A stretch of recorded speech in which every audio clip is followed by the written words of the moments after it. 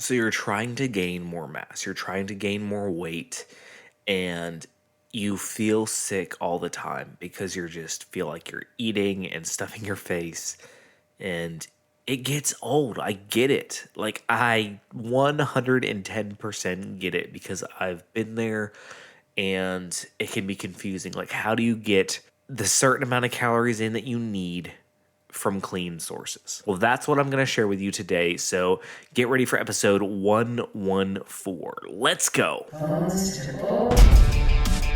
I've always been that skinny guy. Why can't I gain muscle mass? What do I do in the gym? They said I'd always be skinny. This is your complete source for how to gain lean muscle and break out of your skinny body. From nutrition to getting the most out of your workouts and everything in between. We know just how frustrating gaining muscle mass can be, but don't worry, we've got you covered. You're listening to the Bones to Bulk podcast. Hey, welcome to today's podcast. My name is Brian, and I'm excited you're here because for most of the month of March, I'm really hitting hard on nutrition because I truly am passionate about nutrition. And part of the reason I'm passionate about it is because I know how important it is, because until I changed my nutrition, nothing changed for me. I stayed at my 118 pounds. I was miserable. I couldn't put on any weight until I figured out what the hell I was doing with my nutrition. And so that's why I'm taking most of the month of March to really dig into that, because it's so vital. But before I dive into that, if you've not already done so, please go check out our YouTube channel. I post 2 videos a week. Sometimes they coincide with a podcast. Sometimes they're completely different and I show exercises, but all really good stuff on there. So youtube.com/bones to bulk.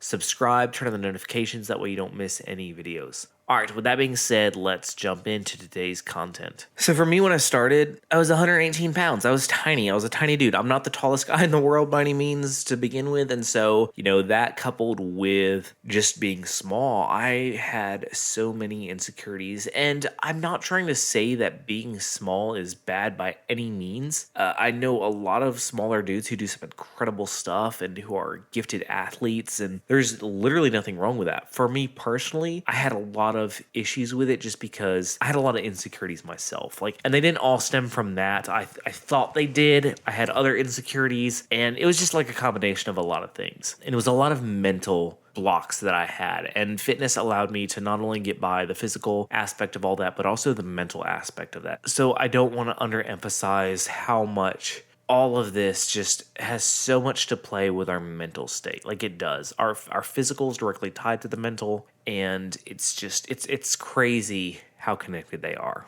But anyway, I don't want to get off on a tangent with all that. We're talking calories and how to get enough calories in, right? And it can be challenging. I ate some crazy stuff back in the day. When I first started, before I knew anything to do with nutrition, people would always tell me, oh, you're trying to bulk? Just eat whatever you want to eat. Just get in at calories. It doesn't matter what they are. Like, eat burgers and pizza and ribs and steaks and yada yada. And I did. I ate all kinds of crap. I don't even want to think about how many calories I ate in a day. It was probably like 5,000 or more, but it was all from junk food. It was from soda and Oreos and ice cream and hamburgers and little Debbie snacks, and you name it, I was eating it. And guess what? I didn't put on any weight eating all that crap. Like, not a pound. I stayed small. I stayed tiny. I couldn't gain muscle. I couldn't gain mass. I couldn't put on weight. And I was like, what is going on?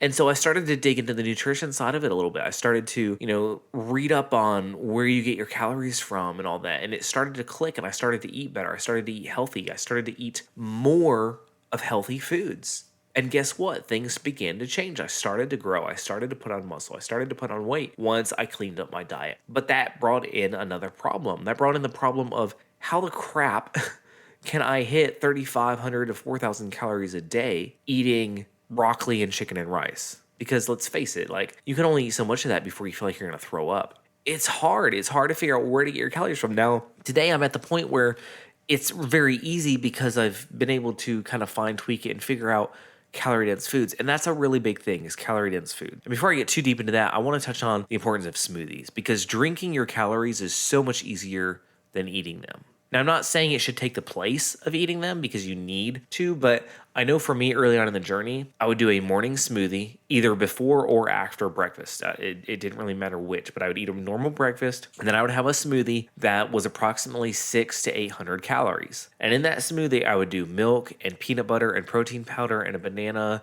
and yogurt. And yes, this is pretty gross, but I did put like raw egg whites in there.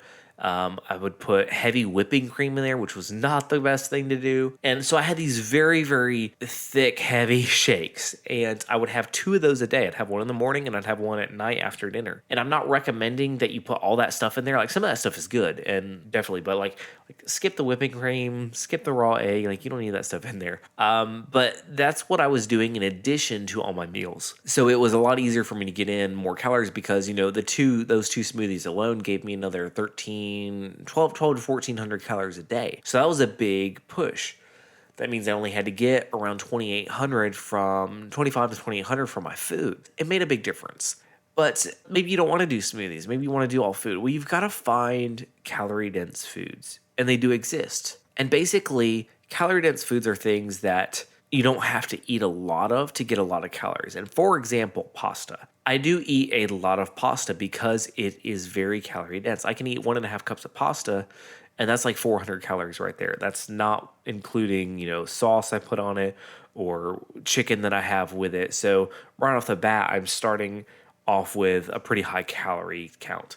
Things like avocados are very high in calories. Tree nuts, I eat a lot of almonds and cashews because, they are very dense in calories. I can eat a half a cup of almonds and cashews and almost hit 400 calories right there. So you've got to start thinking like what foods are high in calories that are healthy for me, that are going to help me hit my calorie goal. Because if you're eating every couple hours, it can get really exhausting. Like it really can. I know there was a time when I wish I could just stop eating. I was just so tired of eating so much food. It was literally a break for me. Like a cheat day for me was not eating. I'm not even kidding. Now, because I've, kind of backed off, I don't do the smoothies anymore.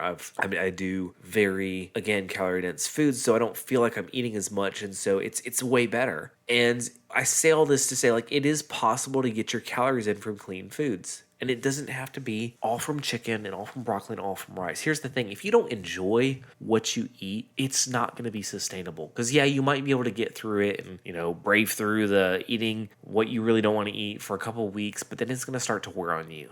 And you're going to start to want other foods. And you're going to start to go back to the unhealthy foods because you've got to enjoy your food. If you don't enjoy what you're eating, how do you expect to maintain this long term? So I really encourage you to continue to sample and try new things.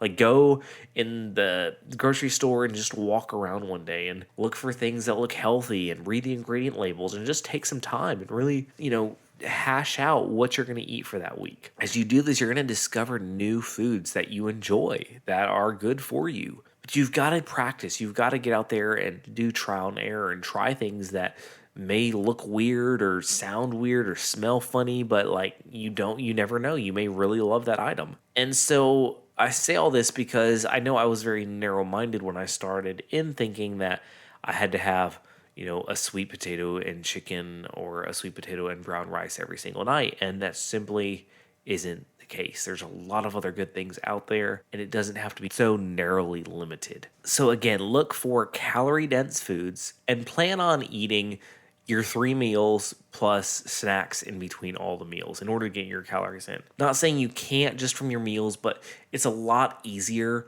by just doing a snack in between every meal. So, a mid-morning snack, a mid-afternoon snack, and then a snack after dinner to help push you to your calorie goals. And then don't forget, in addition, you've got, your post-workout shake, you've got your protein that you should be taking before bed. So you have a lot of sources of calories coming in. So you should be able to hit it without feeling sick and changing up what you eat. And don't be afraid to try new things because you never know what you're going to discover that you really love. All right, well, that is all for today's episode. Just a reminder, if you're on social media, check us out. We are at Bones to Bulk everywhere. We are on Facebook and Instagram and TikTok. You can find us on any of those platforms. And then, once again, don't forget to go check out our YouTube channel, subscribe to it, and check out the videos that I launch on there each week. All right, with that being said, remember, no matter what walls you face, what things are staring you down, you can accomplish any fitness goal you set your mind to. You've got this.